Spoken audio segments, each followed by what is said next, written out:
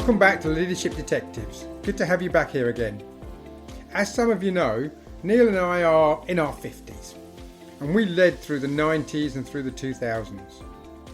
But nearly 17 million of the population, the so-called Generation Y, the Millennials, they were growing up and they were at school at that time. But they're now a major part of our workforce. So what do they want from an employer? What do they want from a manager? What do they want from a leader? Apart from apparently wanting to watch Love Island and enjoy avocado on toast for breakfast. Well, let's ask them and let's see what they have to say. By the way, avocado on toast with a poached egg on top, fantastic. Just saying. And we're live. Oh, good stuff. Good to see you guys. Welcome back to Leadership Detectives. This is the first time, actually, I'm going to say good evening. I know you guys really don't care because you're watching it whenever you're watching it. But for the first time, Neil and I are actually working in the evening today, and you'll understand why shortly. So thank you for your support, guys. We've been getting comments, we're getting feedback. It's really useful stuff. Please keep it coming. We could do with a few more subscriptions, but we'll come back to that topic. Yeah. Neil, welcome. Good to see you. How are you? Yeah, I'm good, thanks, mate. Very good indeed. I'm delighted to be joined by two lovely ladies this evening. So Rebecca, who's my daughter, and great to have you here, Rebecca, and one of her best friends, and someone I've known for probably more than 10 years, is Saskia. So welcome, ladies. How you doing? Good. I was going to say that is the anonymity. That's now You're gone. my daughter. Yeah, everyone knows who we are now. Okay. So, and we invited Rebecca and Saskia along because we realised a while ago, Albert and I, that, you know, we're two 50-something men talking about leadership and how to lead people in the workplace. And a key part of that workforce in any organisation is the young employees, is the people coming into the business. It's the new life, it's the future life of the organisation, the future leaders of the organisation. So we thought, why not get some real input from that end of the employee scale? So that's kind of where it came from. And we also, the reason we're doing it at night is because, you know, Albert and I are normally sitting up with our slippers on at this time of night, but these ladies just finished work. So, you know, completely different end of the scale to us. But let's launch straight in, because Leadership Detectives is all about finding out about clues towards great leadership and how people view great leaders. So my first question to you ladies, and I don't mind who answers first, is when you think about a leader in your business environment, when you're looking at leaders, what are you looking for in the leaders that you are employing you, or the leaders in your businesses? So I'd probably say that the kind of thing that I'm looking for in a leader is someone who leads by example. So someone who I aspire to be like, who gives me direction, or gives the company direction, but leads from the front rather than dictating to the company what they should be doing and they're actually doing something completely differently. I think that builds a level of respect and makes me actually want to follow them. Okay. So when you say leads by example, have you got an example of the kind of thing you'd expect them to do that matters? So I mean, I think it's when somebody kind of, if they say the strategy is X, and I want you to do this as a part of the strategy, I think it's good when they also follow the same path. So if it's, for example, I want you to present yourself in a certain way, or I want you to work these hours, if they're also doing the same thing, it just makes you feel like we're a part of the same team. Okay. And I there's this kind of a camaraderie about it. And I think also there is also increased respect when somebody says, I want you to do this task. Yes, it may be slightly below your pay grade or slightly below what I would expect to do, but it's nice for me then to see them doing something as well that's quite comparable to that for whatever their level of leadership or role in the business is. Yeah, so kind of walk the talk. I would kind of put that down. Yeah. They say it, and then they live it. And Saskia, how would you answer that question? I would say for me, somebody that sets very clear objectives, like sort of firm-wide or business-wide objectives, that really help you sort of like navigate what you're doing and gives you a clear idea of what we're trying to achieve in the next like 3 months, in the next 3 years, next 10 years. And also as well, somebody who takes on board feedback and actually wants to hear from the more junior people in the company. I'm quite fortunate in that, you know, we have very senior people come over from New York, and they actually want to take the time out and sit down and have a catch up with analysts and associates, and like actually take that feedback on board, which I think is obviously really important, because in terms of retaining talent, if all your analysts and associates are really unhappy, then you're going to have extremely high turnover. But I think, yeah, those two things would be the main points for me. Do you see those things happen very formally, Saskia, or are they informal, those kind of conversations? So I think it probably depends on like the seniority. Obviously, someone super senior isn't going to take the time to do like the one-to-one coffee chats. So they would get like a group of people in a room and just want to hear from them. But I would say actually, yeah, very informally, which makes it more sort of, they're more sort of approachable, and then sort of less senior people, like you actually sometimes will have those sort of one-to-one coffee chats, which is extremely informal, and it gives you an opportunity to really like take a step back and have a bit of a chat. Okay. So when we talk about feedback, do you go and seek feedback, or do you go and give feedback? Is it asked for, or do you or is it assumed that you're going to give it? How does that work, and what do you prefer as well? I think it's a mixture of both from my perspective, because you don't want to be constantly nagging people for feedback. There are some times where I would feel it's really appropriate, like if I've done a demo, for example, or a client meeting with people I wouldn't normally work with.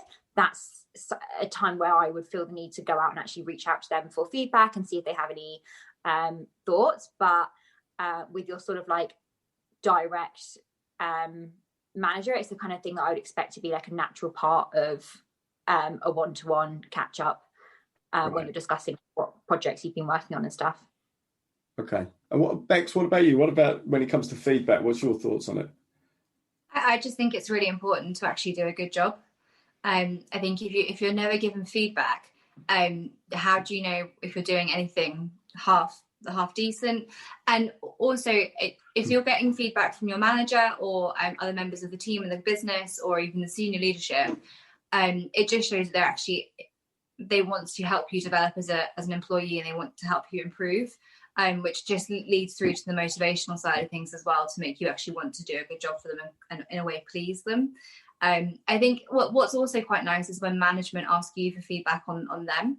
So when they come across with new ideas, or when things happen in the business, they actually ask you for your opinion as well, and it's a valued opinion. And I think there's different ways of doing it. Some people, I guess you could say bad leaders, would do it in a way where it's more of I'm just asking you just to ask you, but I really don't care, and I'm not going to implement anything that you actually do, that you say, and it's more just a box ticking exercise. Whereas other people listen, and then they have a conversation about how they can implement that, or how they can then have a further conversation up the chain or in a wider team about your opinion and the feedback that you have to them. Interesting. Go on back. It's interesting actually, because our topic last week was all about feedback, right? And I think you're endorsing some of the things we talked of last time. But I know for you, Becca, I know that you're currently working at a very large establishment in the city, but previously you worked at a more local, smaller environment. Any comments on that in terms of both the feedback and the engagement with the senior leaders? So I definitely found I think I am also in a unique position where, because of COVID, I'm probably wouldn't be getting as much interaction with senior leaders and different members of the team in my new business as I probably would have if I was in the office 24/7 and so was everybody else. Okay. But I think access to leaders in a smaller business is much easier. But I also think that your opinions sometimes probably aren't as respected as much. largely because when you have a small business which is led by one or two people, those two people are leading it for themselves and for the goal of improving the business in their direction. And the emphasis on the rest of the business is not, you know, you're there to do a job, which is in the end goal is to kind of serve them. Whereas in a bigger business, it's much more surrounded, depending on whether it's a partnership or a shareholder business or whatever it may be, it's the goal is more surrounding as a group of people, which actually includes the employees being satisfied. And I think the leadership, the senior leaders in the business do engage more with the junior people, because the junior people probably have eyes on more things, and are actually doing the processes that the senior leaders are implementing. So it's actually pretty more important to have those conversations. Whereas in a smaller industry, because you have such easy access, you're constantly having conversations, and you're probably going to be more likely to have, I definitely had a lot less relevant conversations. So I think your opinion probably gets a bit devalued sometimes, because you're talking about rubbish, and you need to pick through that to kind of get the important bits. Yeah, no, that makes sense. That makes sense. I get that. And it sounds to me like the word that keeps coming into my mind, listening to you both talk, is about being valued. It sounds like, you know, being asked, getting feedback on something you've done well is about being valued. It sounds like being asked your opinion is feeling valued. Is that, am I getting that right? Is that important to you, Saskia? Yeah, absolutely. But I think like part of the reason it's so important is because the impact of the opposite way round. So like if somebody is actively taking credit for your work, or not giving you like the credit you deserve for something, then, you know, that's extremely demotivating. So, you know, if like I'm really, really fortunate, like my manager is absolutely brilliant, and she would always give me like the credit that I deserve, but also give me constructive feedback at the same time. But if somebody came to her desk and said, hey, the event today was really cool, she would be like, oh yeah, Saskia organised that. Saskia, come over, talk about what you did to organise this event. So I think it's more like the impact of if you don't feel valued. Okay, all right. So there's sorry, go on, Bex. I was just saying, I think also when it comes to being valued and kind of giving credit where credit's due, it also makes your manager look good as well. Because if you're doing a good job, then it means that they're doing a good job by teaching you and educating you and supporting you, which makes them look good in the same way. Oh, interesting. So not taking credit for your work and saying what a great job they're doing, by they become better or appear to be doing better because the way their team are performing. Yeah, exactly. Okay. All right. Get it. So what I've heard so far is that what you like in good leaders is they walk and talk the strategy. They've got a strategy, I guess, must be quite important as well. And they've got a clear vision of where they're going. I'm kind of putting words in your mouth. Sorry, go on, Saskia.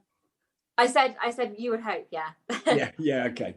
The clear objectives one's interesting. I just want to drill into that just a little bit more, because when you say clear objectives, how much detail do you need? How much detail do you want?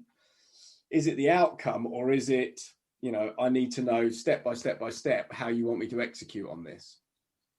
I think that's something that like filters down though, because I think if we're talking about a leader of a business, then I would say you would expect to see very broad objectives, and then like as it comes down to like chatting to your direct manager, you would expect to have a lot more detail in the objectives, and not a step-by-step guide by any means, but like, hey, this is the exact project that I want you to work on, you can run with that.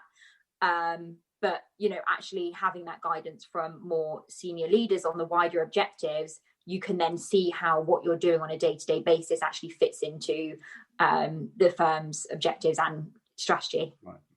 And I think just to expand on that, in terms of how much information you want, I probably would also want to know the thought process behind the outcomes that they're wanting. So if they say we want to achieve this year, I'd be interested to know, why do you want to achieve that? Where's that number come from? Okay. Not in loads of detail, because they don't owe that to me, but in some kind of thought process that would also probably help in terms of what I'm doing to make sure that I can achieve that. So the content. I know this is about leadership. I just want to think about your employer.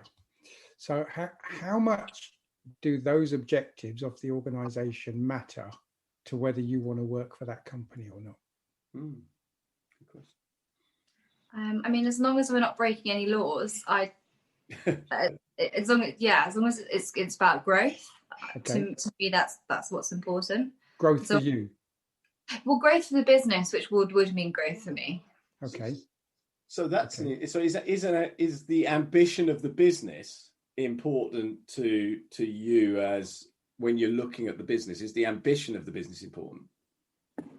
Yeah, definitely. Ambition within reason, though. If they're saying that they want to go and achieve, I don't know, like a huge, like they want to triple in size in the next 6 months, that's not really realistic, and it's just going to lead to some probably not so great decisions. But if it's a realistic or within reason ambition, then yeah, absolutely. Okay. See, Interesting.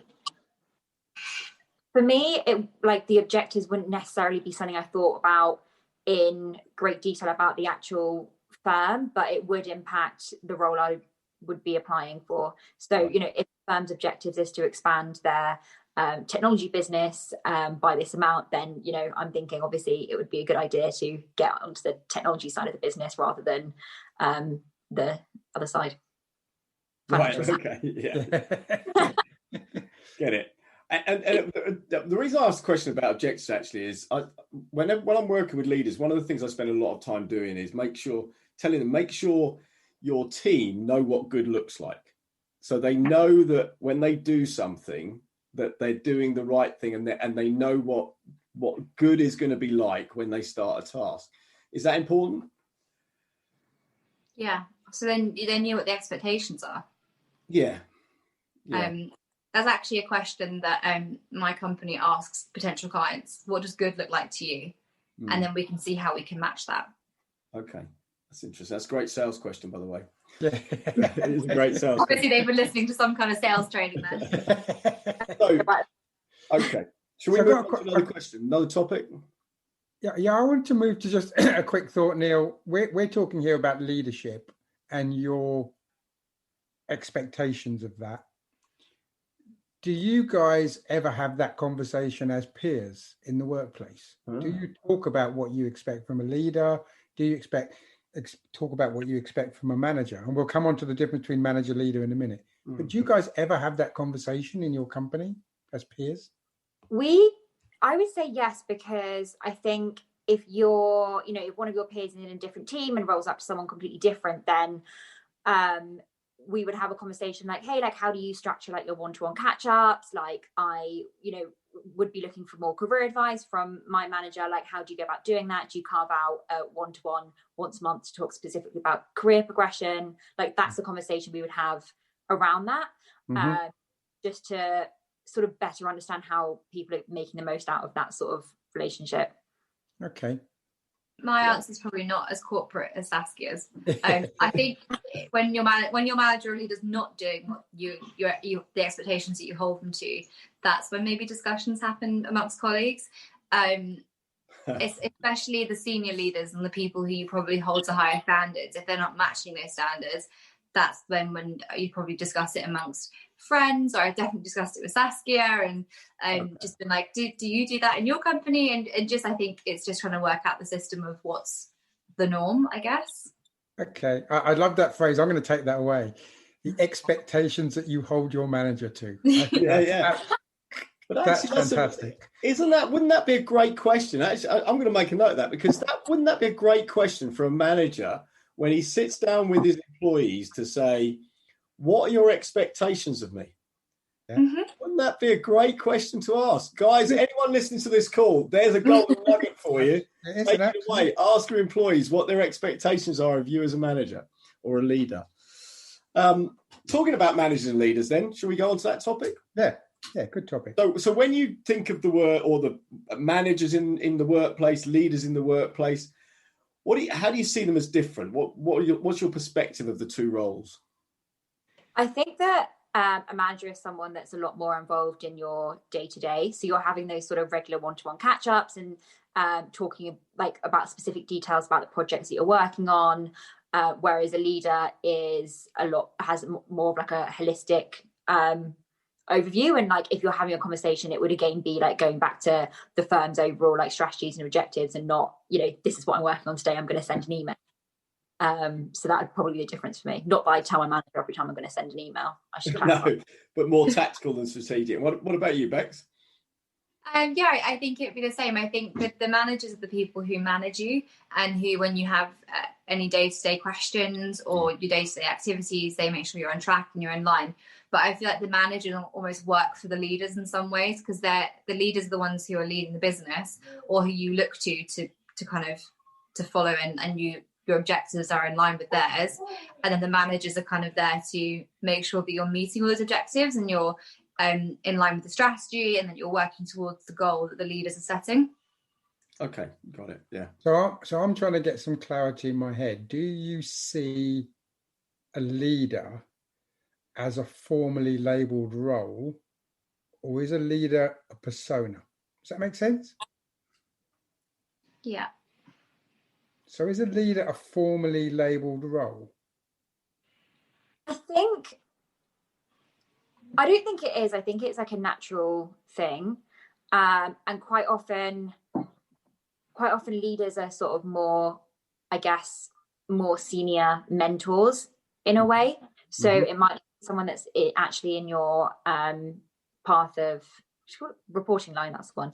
Yeah. You can tell it's too late in the day for me. Not one's in your reporting line, might be in a slightly different team. But as like a natural progression, like someone you maybe get on with, start having a few coffees with, are able to offer you like solid advice and provide you guidance. And sometimes it's actually helpful if that person isn't necessarily from the same team as you, because they might come in with a different perspective as well. So I think it's both, really. Yeah, I agree. I definitely think it's a combination of the two. Right. Okay. All right. So I'm going to ask a question that I get posed quite regularly when I'm mentoring executives, when I'm working with leadership teams. One of the things that they struggle with is, how do we keep our young, upcoming stars of the future? How do we keep them engaged? How do we keep them really interested in working here? Because they worry that you're very fragile things, that they don't want to push you too hard, that you don't want to put too many hours in, that they've got this perception of this whole snowflake thing. And I just want you to just tell me, is that true? What advice would you give to that board on how to keep you as employees? What would be the most important thing to you guys? There's two very, very easy things. One, put Love Island on in the background. In the canteen. Done. No problems. So I missed the second one, Saskia. What was the second one? Avocado on toast in the canteen. Okay. But I'm okay with avocado on toast. That's good. It's easy enough to do. No, on a serious note, I would say I think just making sure that feedback is given in a constructive way. Like I would like to think that we aren't like the snowflake generation and we're gonna run a mile every time we have negative feedback. But I think it's just making sure that that's constructive, and also as well, like making a very diverse working environment. Like I think people, when you have like diversity in the workplace, I think people bounce off each other more, better ideas come out of it. And for me personally, like that's something that's really important. I think it's something that's also really important to our generation. Okay. Yeah, I think every generation will have different things that's important to them. So the best thing to do is to ask them, because I mean for me it's more about growth and progression and making me a part of your business and showing that you value me as an employee and that you want and that me being there is actually adding value to your business. Whereas for a different generation, the snowflake generation, it could be not working long hours, not having to work like a Friday, for example, or those 4-day weeks. I think it's very different for each generation. But I definitely don't think we will break if you make us work hard or give us lots of work or make us feel stressed. And actually, I think if anything, it's a good thing to do that, because otherwise you're going to have a bunch of idiots in the next 10, 20 years with no life experience. Okay.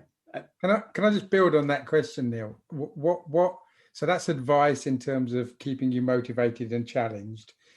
What advice would you give to leaders about developing the next leaders? I think that's where mentoring comes in. Okay. I think companies that promote mentor schemes, where you work with somebody who's not in your team directly, Mm-hmm. you work with someone who's in a senior position who can mentor you, or I think that's where they can start teaching the younger generations how to be leaders in the future. Okay. And I think there's many ways you can do it. You can do it where you allocate mentors, or you can just do it where you encourage people to go out and speak to other people throughout the business, and maybe even a flatter structure rather than a hierarchical structure can encourage that kind of cross communication. Yep. Yeah. Okay. Useful. No, thank you. I would add to that as well. Like, I would say letting people, like, taking a step back and letting people like run with projects and sort of not hand-holding people or sort of micromanaging. I think if you sort of let people get on with stuff and let people run with a project, then it obviously gives them a real opportunity to come into their own. And so I think that would probably be quite important as well. Okay. So what would make you stay and love where you are? You know, I've got all these things about what leaders are going to do for you, but what would make you it special, make you stay and make you really passionate about what you're doing, versus switch you off and you'd end up leaving? So Love Island. Yeah, okay, got that. for me, I come back feeling valued, like it's okay. and also just getting a lot of exposure and working on, things that I feel are really benefiting the business and are quite important things, rather than just being given, spreadsheets to tie through. So that's, to me, that's actually more important than the specific industry or role that I'm doing. It's just the opportunity to work on complex things with, with people, like more senior people, and get that sort of exposure and experience. Okay. Yeah, and I also think kind of them investing in your development as well, because doing the same thing or doing mundane things can just really switch you off and it'd be boring, and then you can go out and look for other opportunities that are a bit more exciting and are going to challenge you. For me, it's definitely being in a place of business where I'm challenged on a daily basis, I'm pushed on a daily basis, and where I'm surrounded by other really intelligent individuals who in just by being around them will also push me and challenge me, and the people that I can learn from. I don't want to be the smartest person in the room, otherwise I think you just want to go be around other people. Okay. Mm-hmm. We've talked about you working in an environment, getting formal, informal conversation with senior members. Let's talk a little bit about hierarchy. How do you feel about hierarchy? Because you ladies sound very confident and very comfortable talking with senior members of the team, and that doesn't bother you. But how do you feel that goes up against having a hierarchical structure versus a flatter one? I personally, so my company has a very, what I would call like a flat culture. Mm-hmm. And that's something that I really, really personally like about my company. And, I think part of that is because sometimes the more junior people are sort of like the subject matter experts. So more senior people do need to look to the more junior people for that really like detailed knowledge. But I think that's something that I personally really like, because it gives you an opportunity to actually have a voice, even if you're more junior. But I think, that the line has to be drawn. Like you can't have, people running around like madmen. But yeah. It's something that I personally really like about my company. Okay. Yeah, I think coming from a small, flat, very, very flat structured business, going into, and I've worked in other companies which have got a much more hierarchical structure, and it's been difficult to transition and remember that the directors and the board members don't care what I did at the weekend, and they don't care what I'm doing this evening. They just want to know facts about the business and my role. So when they come over, and I've had a couple of conversations with people come over and just thrown me, because there's been no pleasantries, it's just straight into what are you doing, how's it contributed to the business, and how are you bringing leads in. they're really good questions and questions I should have answers to. But it's just a little bit, it just knocks you sideways, especially at 8 o'clock in the morning. Okay. Yeah. It can be a bit tense. So, are you okay with that approach? Yeah, I think it keeps you on your toes, and it makes you focus on what's important and actually what the goal is. They're there to be friendly and kind, but they're not your friends. And the business, you know, you're there to do work. They are paying you a salary. They do need something out of that. I think that's just blown your snowflake theory out of the water. Yeah. So there was a word you used, Saskia, that I wanted to just explore. You said the culture of your business. I just want to, how important is the culture of the business to you? And well, I suppose, what does it mean and how important is it to you? So I think that culture is like everything. I think it's absolutely imperative to the success of the business, because it's what, you know, two firms can match each other, like technology for technology, like resources for resources. But if you build a culture like so we have what I would call a coffee culture, where you can chat anyone in the business from any other team, be like, hey, do you want to grab a coffee? And you'll go for a coffee.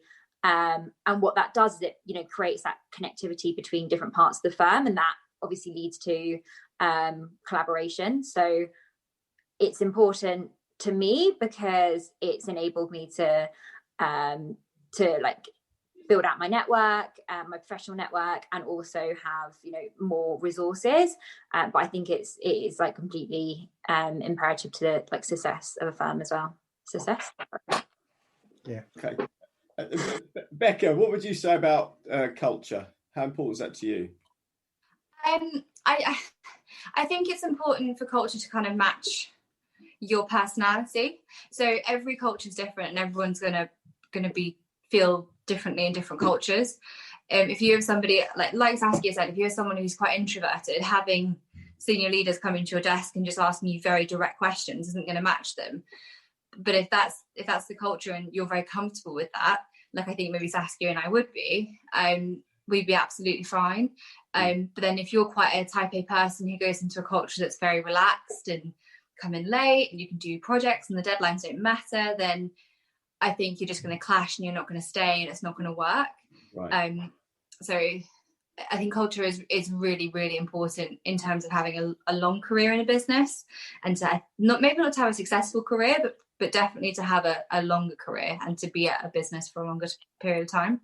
So it would be a reason for leaving if the culture didn't match what you were looking for, and it would be a reason for joining if it was a culture you were looking for. Does that make sense? Yeah, I think so.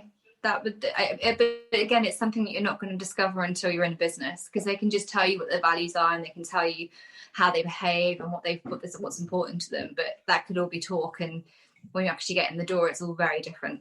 Okay. I think you're right. The joining's going to be a lot more difficult, but once you're there and you're living it and breathing it every day, then that's a different thing. Okay. Yeah, and it's interesting. I mean, a lot of businesses, don't really know what their culture is. If you ask them, they wouldn't know what it was. And so it's actually it sounds like that might be quite important for leaders to think about. Well, it's a good point, Neil, right? Who sets the culture? Yeah. Who do you feel sets the culture in an organization? Well, I mean, it's set by HR, I think, to start with, how HR behaves and interacts with employees. And then it's also set from a top-down approach as well. I don't think it's a bottom-up. I think it's definitely the senior people in the company are setting it by either their actions or by what they say or the strategies in the business. And then that will feed down through all the managers and everyone else in the business. Yeah. But I also don't think you can ask a leader or a senior person in a company what your culture is, because they probably have absolutely no idea. I reckon, in my opinion, I think the senior people in businesses are probably the most out of touch with probably what the culture is. Interesting. So they set it, but they're out of touch with it. Yeah. Okay. Well, Saskia, what would you say to that? I think I agree that it's something that comes from the top down, and I think if you're in a meeting and it's the very senior people that are running that meeting and they say, hey guys, look, like because of COVID, we're not going for coffees with people. So, once a day, just ring someone from another part of the business and have a 5-minute chat. That then opens that door for you to do that, and for that person not to be like, why on earth is this freak calling me?